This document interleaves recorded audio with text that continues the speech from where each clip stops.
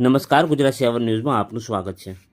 અમદાવાદના કાંકરિયાની પરમાર્થ યોગ સંસ્થાએ સોમનાથ જ્યોતિર્લિંગ ખાતે આંતરરાષ્ટ્રીય યોગ દિનની અનોખી રીતે ઉજવણી કરી હતી। પરમાર્થ યોગના 25 યોગવીરોએ સોમનાથ દાદાના સાનિધ્યમાં યોગના વિવિધ આસનો કરી મંદિરમાં દર્શનાર્થે આવતા શ્રદ્ધાળુઓને મંત્રમુગ્ધ કર્યા હતા। વહેલી સવારે 6 થી 8 કલાક દરમિયાન સોમનાથ મંદિરના દરિયા પાસેના બીચ પર યોગીઓએ યોગના વિવિધ આસનો કરી સોમનાથ દાદાની કૃપા મેળવી હતી। યોગ સંસ્થાના સંચાલિકા દેવરસિંહ મહેતાના જણાવ્યા અનુસાર 20 વર્ષથી લઈને મોટી ઉંમરના 25 યોગવીરોએ આંતરરાષ્ટ્રીય યોગ દિનની સાર્થક ઉજવણી સોમનાથ જ્યોતિર્લિંગ ખાતે વિવિધ આસનોથી કરી હતી। નમસ્તે, હું દેવરસિંહ। અમે લોકો મણિનગર કાંકરિયાથી આવીએ છીએ। મારો ક્લાસ મણિનગર કાંકરિયામાં પરમાર્થ યોગા કરીને છે। અમે લોકો સોમનાથ ટ્રસ્ટની પરમિશન લઈને અહીંયા યોગા ડેના દિવસે અમે લોકો અહીંયા પ્રેક્ટિસ કરવા આવ્યા છીએ। એ ઉપરાંત અમારી સાથે અત્યારે 20 વર્ષથી લઈને 65 વર્ષના લોકો બી યોગામાં જોડાયા છે।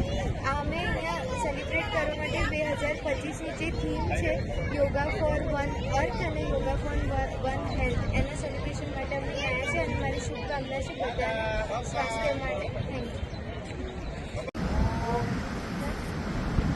નમસ્તે। 11 ઇન્ટરનેશનલ યોગા ડે ઉપર હું દેવરસિંહ મહેતા, અમારી લોકોની અમદાવાદમાં કાંકરિયા ખાતે સંસ્થા છે જેનું નામ પરમાર્થ યોગા છે અને અમે બધા સૌ પ્રથમ વખત સોમનાથ મંદિરમાં આવ્યા છીએ યોગા કરવા માટે અને અમે આજે બધાએ ગવર્મેન્ટનો જે યોગા પ્રોટોકોલ આવ્યો છે એ અમે લોકો અહીંયા પ્રેક્ટિસ કરેલો છે। એ સાથે અમે લોકો અહીંયા સોમનાથ મંદિર ટ્રસ્ટની સૌ પ્રથમ વખત પરમિશન લઈને અહીંયા આવેલા છે। અમદાવાદથી અમારા યોગાની 25 લોકોની ટીમ આવી છે, જેમાં 20 વર્ષથી લઈને 65 વર્ષના લોકો અમારી સાથે જોડાયા છે યોગા કરવા માટે અને આ 2025 જે યોગાની થીમ જે ગવર્મેન્ટે આપી છે કે yoga for one earth and one health, એને માટે હું તમને બધાને શુભકામના પાઠવું છું। Thank you so much.